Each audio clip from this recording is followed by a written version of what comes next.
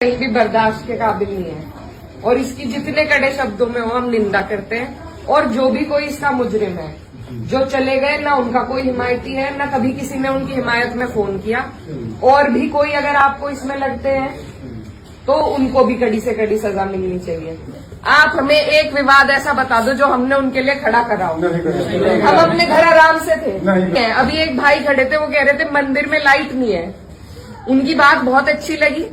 लाइटों की, सुरक्षा की, शिक्षा की, इनकी बात हमें करनी है ना, इन पे लड़ाई लड़ो।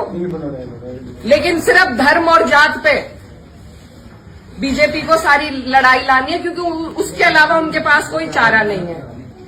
पहले मुझे मुल्ली कहा गया, मुझे आतंकवादी कहा गया, मेरे बाप तक को गाली दी गई, मेरे भाई को कहा गया। जो लोग ये पूछते हैं कि मेवात वालों को माफ कर दिया था और उसे क्यों नहीं माफ किया, उन्हें मैं ये बताना चाहती हूँ कि ये पहली घटना नहीं है, ये पहली नहीं है घटना। और सीधी सीधी जो गंदी गालियां दी गई हैं,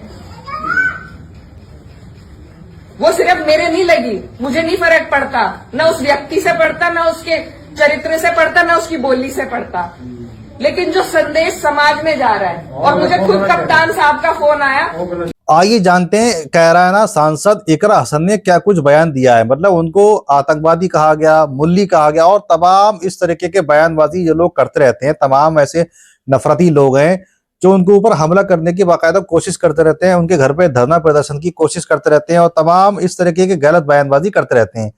और एक पिछली बार भी अभी कुछ टाइम पहले ही एक ने बयानबाजी कर दी थी, उनको लेकर शादी का प्रस्ताव भेजा था, मतलब ऐसी बयानबाजी सोशल मीडिया पे। और आइए देखते हैं इसको लेकर क्या कुछ बोला है इकरा हसन मैडम जी ने। आप लोग वीडियो पूरा बना रहे लास्ट तक और वीडियो को पूरा जरूर सुने, शुरू से लेकर एंड तक जरूर वॉच कराएं और अपना कमेंट करके जरूर बताएं और इस वीडियो को शेयर जरूर करें ताकि ये वाली इन्फॉर्मेशन लोगों तक जरूर पहुंचे। आइए जानते हैं। कहीं भी बर्दाश्त के काबिल नहीं है और इसकी जितने कड़े शब्दों में हो हम निंदा करते हैं। और जो भी कोई इसका मुजरिम है, जो चले गए, ना उनका कोई हिमायती है, ना कभी किसी ने उनकी हिमायत में फोन किया। और भी कोई अगर आपको इसमें लगते हैं तो उनको भी कड़ी से कड़ी सजा मिलनी चाहिए। मेरी ये आप लोगों से बस इतनी विनती है कि यहाँ पर पूरा गांव है हमारा, हमारे पक्ष के लोग भी हैं, विपक्ष के लोग भी हैं। एक तरीका होता है आलोचना करने का, एक तरीका होता है विरोध करने का, और विरोध से किसी को आपत्ति नहीं है। लेकिन जिस तरीके की भाषा का उपयोग किया गया, जो चीजें कही गई धर्म के ऊपर, बिरादरी के ऊपर, महिलाओं के चरित्र के ऊपर, क्या हम पूरे देश में ये संदेश देंगे कि ऐसा हमारा समाज है, ऐसा हमारा इलाका है? ये मेरा आप लोगों से सवाल है। मैं जब चुनाव जीती थी तो मैं इतनी खुश थी, इसलिए नहीं कि मैं जीती, इसलिए कि मुझे सर्व समाज ने, सर्व धर्म ने, सर्व जाति के लोगों ने मुझे अपना वोट दिया था। मेरे लिए उससे बड़ी उपलब्धि जीत की नहीं थी। और हर जगह आप देखेंगे, अगर मैंने कई बार ये बात कही कि मेरे लिए सबसे बड़ी उपलब्धि ये है कि मुझे सबने वोट दिया, सबने अपना आशीर्वाद दिया, अपनी बेटी माना, अपनी बहन माना, और आप सभी मेरी हिम्मत हो।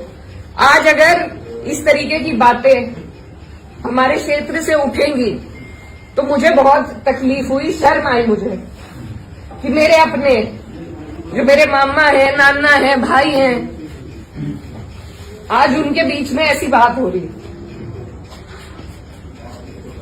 और ये सिर्फ मुझे गाली नहीं है, मेरे इलाके की, मेरे समाज की, मेरे इस इलाके की जितनी भी बेटियां हैं, जो मुझे ये आके कहती थी कि दीदी हम भी आपकी तरह आगे बढ़ेंगे, हम भी आगे निकलेंगे, उन सब के कदम इससे डगमगाएंगे। और मुझे ये बात बर्दाश्त नहीं। मेरे पे तरह तरह के सवाल उठाए जा रहे हैं। मैंने कभी धर्म की राजनीति नहीं करी, कभी जात बिरादरी की भी नहीं राजनीति करी। मेरे लिए सब मेरे अपने हैं। जहां जिसे मेरी जिस वक्त समस्या होगी, जिस वक्त मेरी जरूरत होगी, मैं वहां पहुंचूंगी।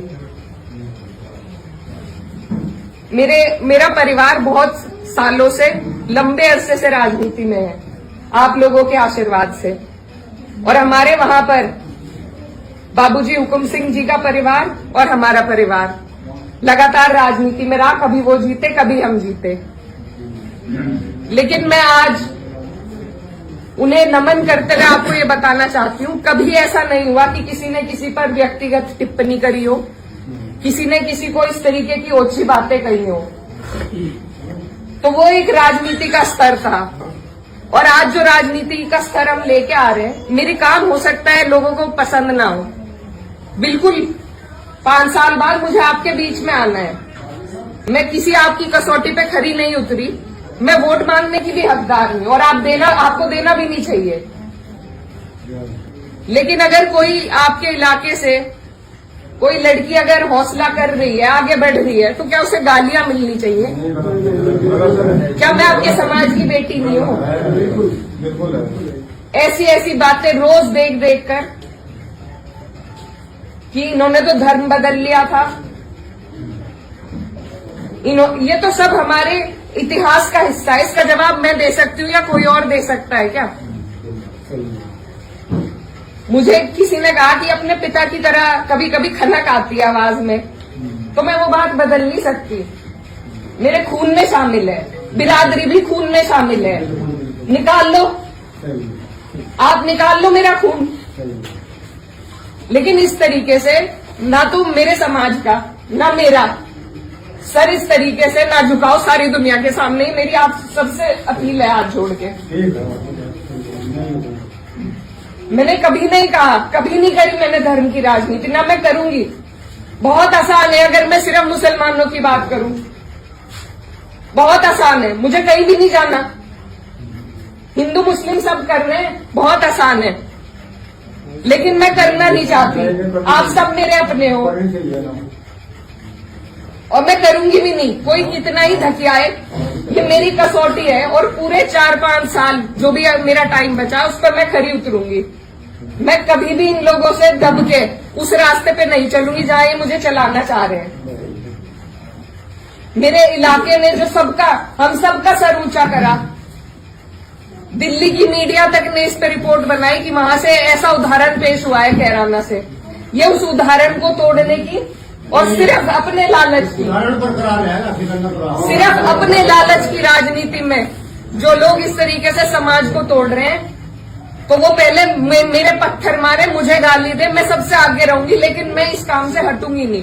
आप सब मेरे अपने हो, मैं किसी को नहीं छोड़ूंगी। और ये जो लोग हैं, जो बात अभी मामा जी ने कही कि ये जो लोग हैं जिनको आजकल महापुरुष की उपाधि दी जा रही है, महापुरुष अगर कोई है तो बाबू हुकुम सिंह जैसे लोग हैं। ये नहीं है जो समाज को तोड़ रहे हैं, जो हिंदू मुस्लिम का विवाद पैदा कर रहे हैं।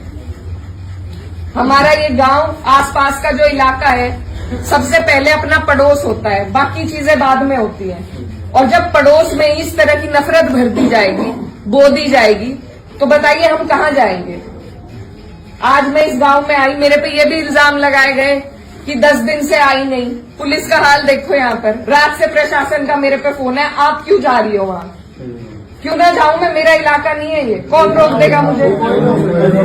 लेकिन हम इसलिए नहीं आए क्योंकि खोसपुरा में 13वीं थी, उस वजह से, उस सम्मान में हम राजनीति की बात करने आपके बीच में नहीं आए। लेकिन हर बात के विवाद बढ़ाना, इल्जाम लगाना, आज आपके बीच में आके धरातल के जो हालात हैं वो भी सामने आए। आप लोगों ने कई बातें बताई, कमेटी को लेकर बात बताई, वो सब भी जांच का विषय है।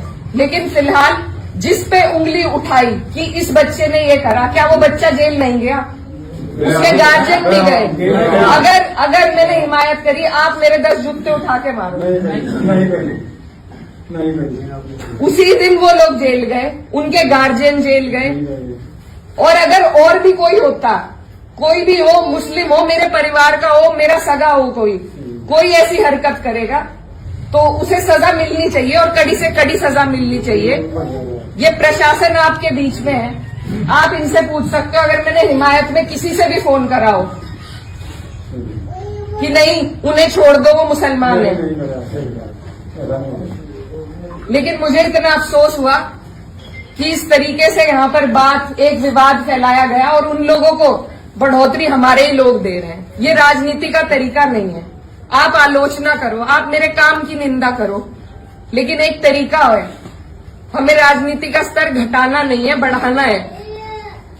मैं जहां जाती हूं मुझे बहुत फक्र होता है, लेकिन 10 दिन से मेरा मनोबल इतना कम हुआ कि मेरे ही इलाके के लोग इस तरीके से गाली गलौज करके अगर उदाहरण पेश करेंगे तो कहीं ना कहीं जवाब दे तो मैं भी हूं उसकी, आप भी हैं, मैं भी हूं।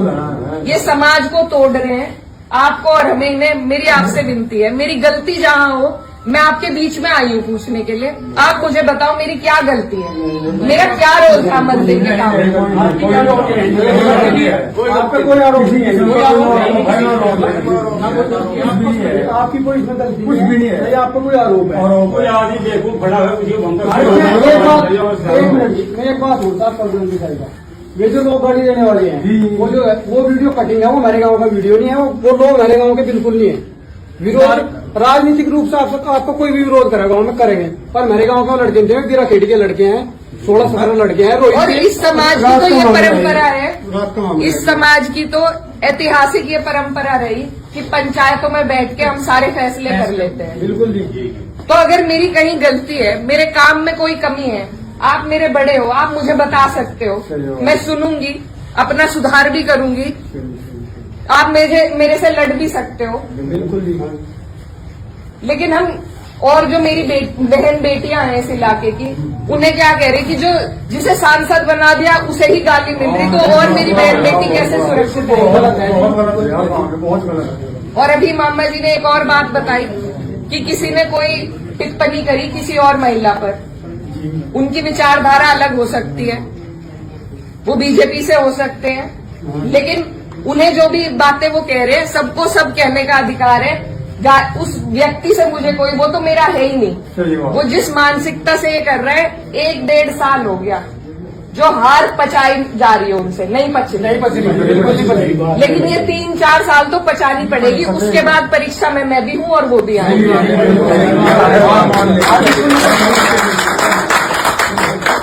जब मेरी माताजी 2019 में चुनाव हारी थी, तो यहाँ से जो पूर्व सांसद जी थे वो चुनाव जीते। आप हमें एक विवाद ऐसा बता दो जो हमने उनके लिए खड़ा करा हो। हम अपने घर आराम से थे, जनता ने उन्हें मौका दिया, वो जनता का काम करे और जनता फिर खुद फैसला लेगी अगली बार, जो आप लोगों ने लिया। क्या वो अधिकार मुझे नहीं है कि मैं अपना काम करके दिखाऊं? ये प्रयोगशाला जो बना के एक तरीके से समाज को बांट, ये तैयारी 27 और 29 की है, आज की नहीं है। पहले भी ऐसे कई बार करते आ रहे, लेकिन किसी को अगर पछाड़ना है तो धरातल पर रह के पछाड़ा जाएगा। ऊपर से मैन्युफैक्चर हुए हुए ये जो प्रोपेगेंडा है उनसे कोई नहीं हारेगा, मैं नहीं हारूंगी, क्योंकि मैं अपने लोगों के बीच में रहूंगी। तो आप लोगों को मैं बस यही बताने आई कि ये बहुत लंबी सोच से आपको और हमें चलना है। मेरी जो भी गलती है, अभी एक भाई खड़े थे, वो कह रहे थे मंदिर में लाइट नहीं है, उनकी बात बहुत अच्छी लगी। लाइटों की, सुरक्षा की, शिक्षा की, इनकी बात हमें करनी है ना, इन पे लड़ाई लड़ो, लेकिन सिर्फ धर्म और जात पे बीजेपी को सारी लड़ाई लानी है, क्योंकि उसके अलावा उनके पास कोई चारा नहीं है। और अगर मैं खंडन करती हूं उस लड़के का जिसने उस बहन को कुछ कहा है, मेरा सवाल माननीय पूर्व सांसद जी से है, क्या वो अपने समर्थक का खंडन करेंगे जिनसे वो मुझे गाली दिलवा रहे हैं? क्या उनके घर में बहन बेटी नहीं है? मेरा सवाल सीधा सिर्फ उनसे है कि उनका अत्यंत नजदीकी समर्थक, पहले मुझे मुल्ली कहा गया, मुझे आतंकवादी कहा गया, मेरे बाप तक को गाली दी गई, मेरे भाई को कहा गया। जो लोग ये पूछते हैं कि मेवात वालों को माफ कर दिया था और उसे क्यों नहीं माफ किया, उन्हें मैं ये बताना चाहती हूँ कि ये पहली घटना नहीं है, ये पहली नहीं है घटना। और सीधी सीधी जो गंदी गालियां दी गई हैं, वो सिर्फ मेरे नहीं लगी, मुझे नहीं फर्क पड़ता, न उस व्यक्ति से पड़ता, न उसके चरित्र से पड़ता, न उसकी बोली से पड़ता, लेकिन जो संदेश समाज में जा रहा है। और मुझे खुद कप्तान साहब का फोन आया कि आप तहरीर भिजवाइए, मैंने नहीं उन्हें करा, वो भी आज यहीं पे है, कोई भी जाके उनसे ये बात पूछ सकता है, क्या मैंने उन्हें करा था कि तहरीर दो? कप्तान साहब ने खुद मंगवाई। और ऐसे लोगों के खिलाफ कार्रवाई होनी चाहिए। एक तरफ तो ये सरकार हमारी बहनों को एसडीएम की कुर्सी पर एक एक दिन के लिए बिठा रही है, जब उन कुर्सियों की शोभा ही नहीं रहेगी, कोई गरिमा नहीं रहेगी, तो क्या फायदा है वहां बिठा के, जब उन्हें कोई भी गाली दे देगा। मैं तो नहीं समझती इससे महिलाएं आगे बढ़ेंगी। ये मेरा अकेली का विषय नहीं है, ये इस इलाके की हर उस महिला का विषय है जो लड़की पढ़ लिख कर एक कदम बाहर रख रही है। अगर इसी तरह के गुंडे मवाली बाइकों पे घूम घूम के उन्हें गालियां देंगे, जब वहां की जनप्रतिनिधि को दे रहे हैं, तो कल को क्या गारंटी है मेरी बहनों को नहीं देंगे। तो ये जो प्रथा चलाई जा रही है, इसे रोकना पड़ेगा, इसे तोड़ना पड़ेगा। हम अपनी एकजुटता से ही जवाब दे सकते हैं, और मुझे बस आपके आशीर्वाद की जरूरत है। और मेरा सवाल बस आप लोगों से है कि ऐसे लोगों को महापुरुष की उपाधि न दे, ऐसे लोगों को बढ़ावा न दे। इससे हमारा समाज टूट रहा है। हमें जरूरत है अपने समाज की तरक्की की बात करें, उन चीजों की जिनकी हमें जरूरत है। ऐसे लोगों को बढ़ावा देके इनकी ही राजनीति आगे बढ़ती है, इनकी रोटियां सिकती हैं, और कोई इनकी बात नहीं है, वजह नहीं है। तो मैं आप सबसे बस यही आग्रह करती हूँ कि मैं आपके बीच में हूँ। गांव का कोई भी बुजुर्ग मुझे बता दे मेरी क्या गलती थी, मेरा क्या रोल था, मैं पूछने आई हूँ। हमें भी नहीं पता है गाँव में जितने बड़े रात का मामला था, हमें भी नहीं पता। इस बात से कहीं कोई गलती नहीं है। हम तो पूरी यहाँ पड़े थे जल्दी दूर, ये पीछे तो हंगामा होता आया, एकदम गेट खोल के बाज गए। क्या हो गया गाँव में? जिस दिन ये घटना हुई, जिस टाइम को 90% गाँव को अगली शाम को पता चला कि वहाँ सब छोड़ गया। आसपास के आगे का माहौल बिछा दिया, जो आसपास खेड़ी खबर चली गई और संगठनों का खबर चली गई, गाँव में निकल गए, उससे पहले गाली दे ली थी, यानी उन्हें पहले पता लग गया। बाकी दोस्तों, कैराना सांसद इकरा हसन ने जो कुछ भी बोला है, इसको लेकर आपका क्या बोलना है? आप लोग इस वीडियो को ज्यादा से ज्यादा शेयर करें, और ताकि ये वाली इन्फॉर्मेशन लोगों तक जरूर पहुंचे।